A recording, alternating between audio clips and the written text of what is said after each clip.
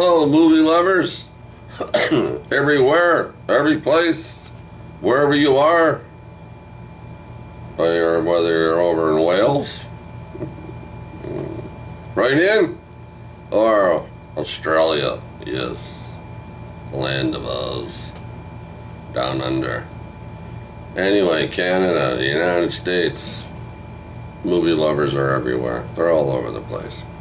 And I'm here today, Friday, to talk to you about the movies I watched this week and last week, because I didn't do a video last week, because under consideration, I probably didn't watch that many movies last week to make a video worthwhile. I guess I only watched 3 or 4 movies, maybe, and you know, so I was busy, and I was busy this week too, but I got a few movies in, mostly nighttime.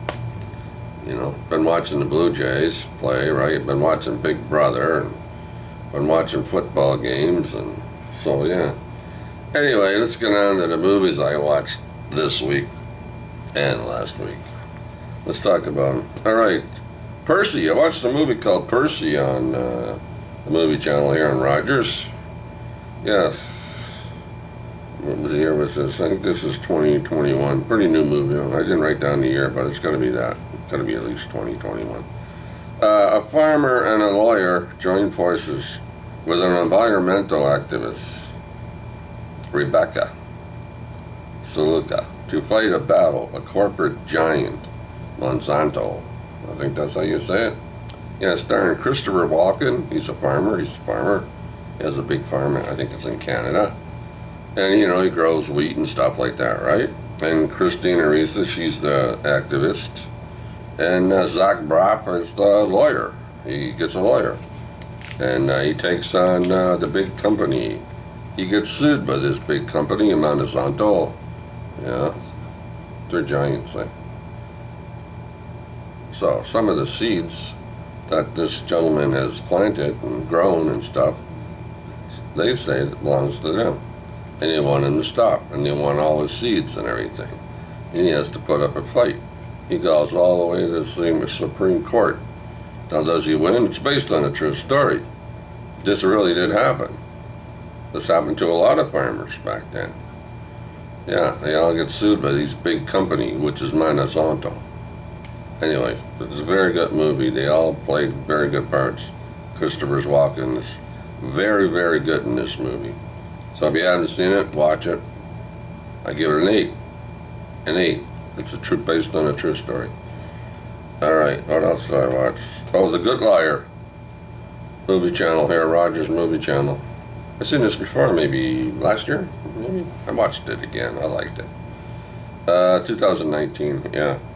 The Good Liar. A career con artist walks a treacherous tightrope when he tries to swindle a well-to-do widow.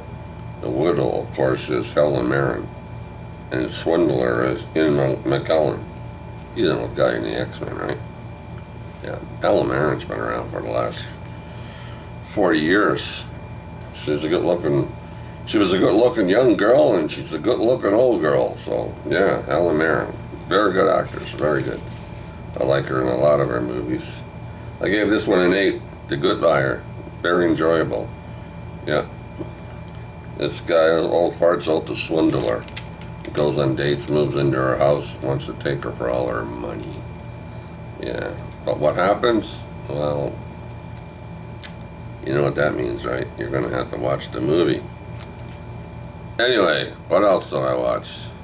Oh, I watched The Case of the Howling Dog.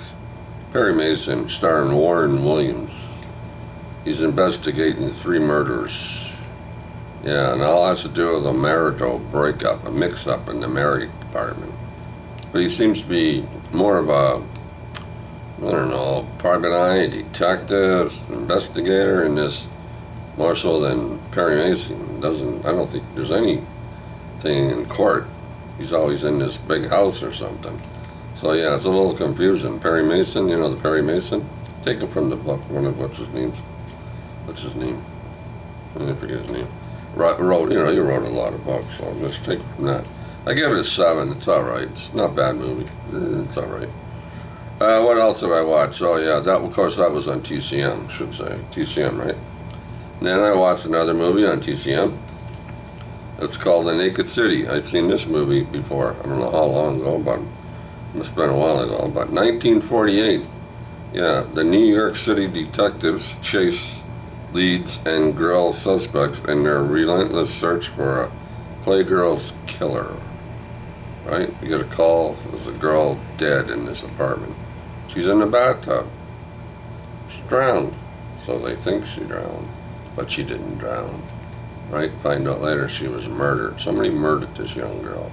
So the case leads to, you know, questions, picking up guys, talking to them. Stars Barry Fitzgerald. Barry Fitzgerald, yeah. The Irish guy. The Irish, I'm pretty sure he's Irish. But anyway, Barry Fitzgerald and Don Taylor as his son. The guy with the legs that runs around and asks questions and stuff. Very good movie. I think this has something to do with, remember The Naked City that was on TV for years? There are 8 million stories in The Naked City, and this is one of them.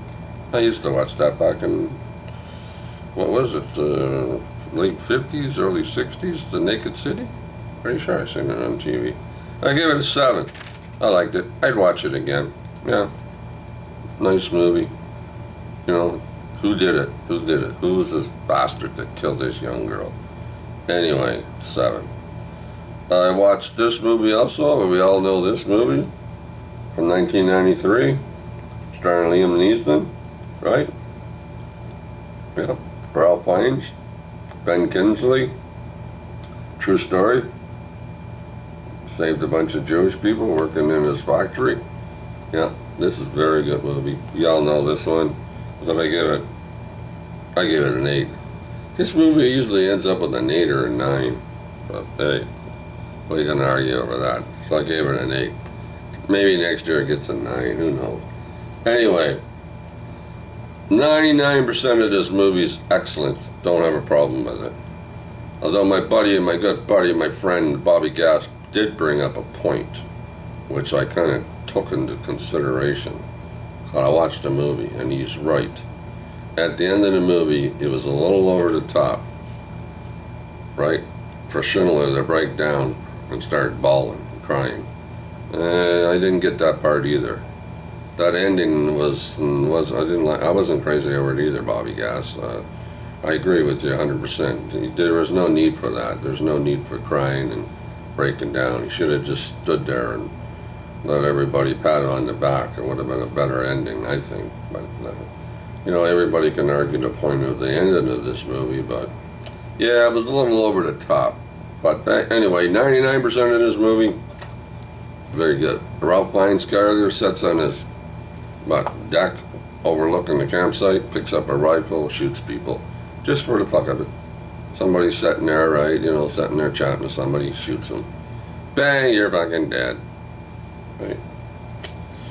Sad movie, but a very, very good movie at the same time. Schindler's List, 1993. Alright, what else did I watch? All it.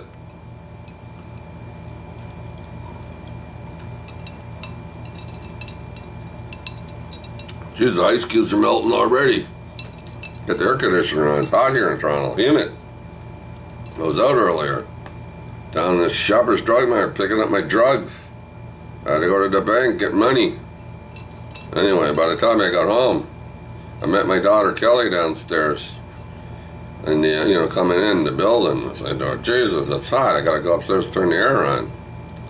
So I got in here and I turned the air conditioner on. It was hot here all week though, all this week. Lovely, nice, cool days. The sun's shining. It's a lovely. But it's a little hot here today. But anyway, woo.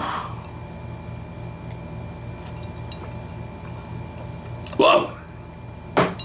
Gotta put hair where you don't have hair. It's good for you. Good for the heart. Good for the blood. Just don't drink the whole fucking bottle. Anyway, so now where was I? Oh yeah, okay, then I watched this movie, Penny Serenade. I bought this, what, a couple of months ago from Amazon? Yeah, I've seen it numerous times over the years, but I did not own the DVD. I think I paid $5.99 on Amazon. I had to buy it. I'm buying this. I want this money. So Penny Serenade. Yes, Cary Grant and Irene Dunne. Two people that fall madly in love with each other. Isn't it lovely? You fall in love, eh? Yeah, and all the good things happen to you and then bad things, and yeah. Cary Grant, Irene Dunne, Beulah Bondi, and Edgar Buchanan, right? Directed by George Stevens. Well, this is an oldies.com video. There's a site, oldies.com. You can buy movies there too. This is 1941. What is it? 115 minutes? Not a very long movie. Excuse me. But I like it. I think it was very well done. If you haven't seen Penny Serenade, watch it. I gave it an 8. And just an 8 out of 10 every single time. And I own it. So I'm happy with that. This movie, next one, is back in the good old days. I used to go to the show downtown. Yeah. My daughter, Kelly and Christine, went. Ed went. A couple other people went. Christopher went. Christopher would pick me up at the front door here. They'd drive me to the show. They'd drive me back home. They'd buy me popcorn and a drink, and they looked after Daddy, put it that way. So, we seen this at the show, Toy Story 4. We all enjoyed it. We all liked it. We all thought it was very good. Very good movie. Yeah, Tom Hanks. Is it Tom Hanks? Yeah, well, Tom Hanks, Woody and the crew, right? Gets to go on a holiday, cross-country holiday with Bonnie and her family, right? They get in, one of those caravans, you get in, you drive around, right? You got the room in the back, the beds and all that stuff. Yeah, they go for a ride in campgrounds and sites and places, and they come across one of their old friends. Yeah. Bo Peep, little Bo Peep, and her 3 sheep. Anyway. I think you all know this. Okay, what did I give this one? Toy Story 4, an 8. I gave it an 8. I got the other 3 Toy Stories, so I think, why not this one? Yeah, a very enjoyable movie. It's fun. Yeah. Toy Story 4, an 8. Our man Flint comes up next. 1965. Yes. James Colburn, Lee J. Cobb, Gia Golan, and Edgar Millar. It's a spoof. James Bond. Well, back in the 60s, there was a lot of these types of movies take on James Bond. Dean Martin did a couple, right? Pretty sure he did. I don't know who else did, but James Colburn did 2 of these movies. Our Man Flint, and I think the other one was called In Like Flint. It's a fun movie. It's a laugh. It's a, what do you call it? It's fun. It's not a great movie. Don't take it the wrong way. There's nothing great about this, right? But you get a lot of funny things out of it. You get a laugh, and that's basically it. Look at the color in this thing from the 60s. Look at the color. It's all 60s stuff. Our Man Flint. What did I give it? I gave it a 6. It's okay. Nothing wrong with it. The original Man of Mystery. Better than Bond. Yeah, hippier than Austin Powers. Flint is still the coolest cat. Yeah. Anyway, it's a fun movie. That's all. I'm not telling you to go out and get it or anything like that, but if you come across it and you can find it cheap someplace, like in a thrift store for $1.50, it's worth a watch. Yeah, it gets a 6. Alright, what else did I TCM. I watched this movie numerous times again. Back to Bataan, right? Yeah. 1945, TCM here. A U.S. colonel and a Filipino captain lead guerrilla raids on the Japanese. I think Bola Bondi's in this one too. Anyway, takes place in the Second World War, right, over in the Philippines, right? So I don't know if anybody else have seen this, but I imagine you John Wayne movie buffs more than likely watch this. I watch this all the time. If it happens to come out on TCM and there's nothing going on and it's John Wayne and back to BATAAN, I'm sitting on the couch and I'm watching it. I must have seen this movie at least, well, I don't know, a few times over the years. Can't count, don't remember, but numerous times, put it that way. Yeah, 7. I gave it a 7. It's a worthwhile watch. Watch it anytime, over and over and over again. John Wayne. Not all John Wayne movies are like that, but most of them are pretty good. And what? Oh, I watched the RINK, TCM, the RINK, Charlie Chaplin. Tell you about what? Half an hour long, short, silent movie from 1916. Yeah, he meets up with a socialite, right? He's got his eye on her, starting to work in a restaurant, and he ends up at that skating rink. I don't know how he does some of those tricks, even in 1916.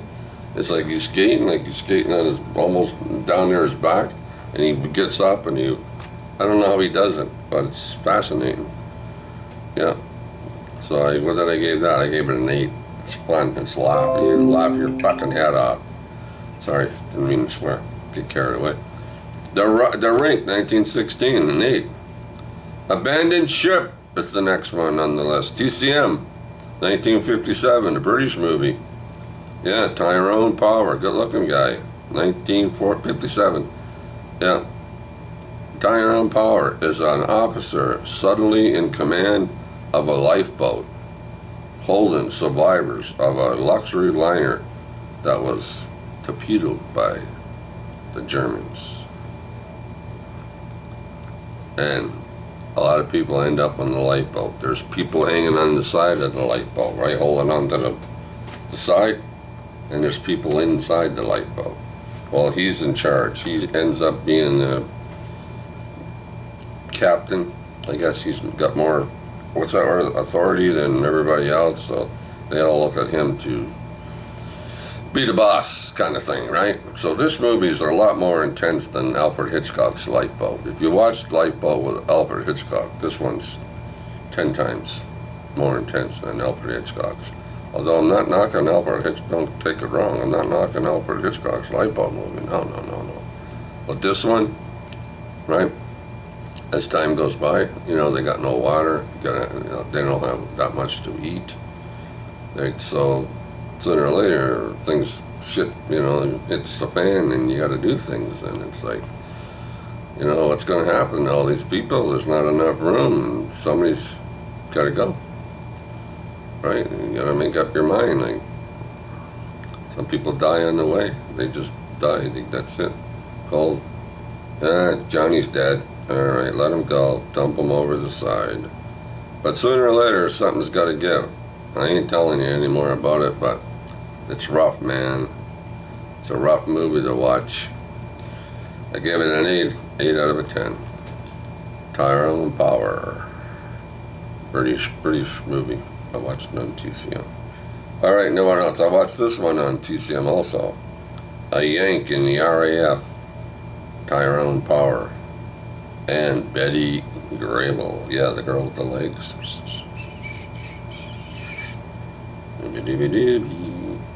Yeah, an American joins the Royal Air Force to be near his girlfriend. That's about it. Nothing much happens in this movie. It's kind of a little bit on the boring side, you know. It's one of those hum-ha movies. So I gave it a 6, just because it's ho-hum. Anyway, that's it, people. Hopefully I'll get back on track next week. Although, I gotta tell you right now that I'm gonna be working again next week, so I won't be around as much. I'm gonna be over at my daughter's again, painting her office. So I don't have time for movies, but I might be able to fit some in to make a video for next Friday. So people, keep watching those movies, right? And have a good week, and hug your mother.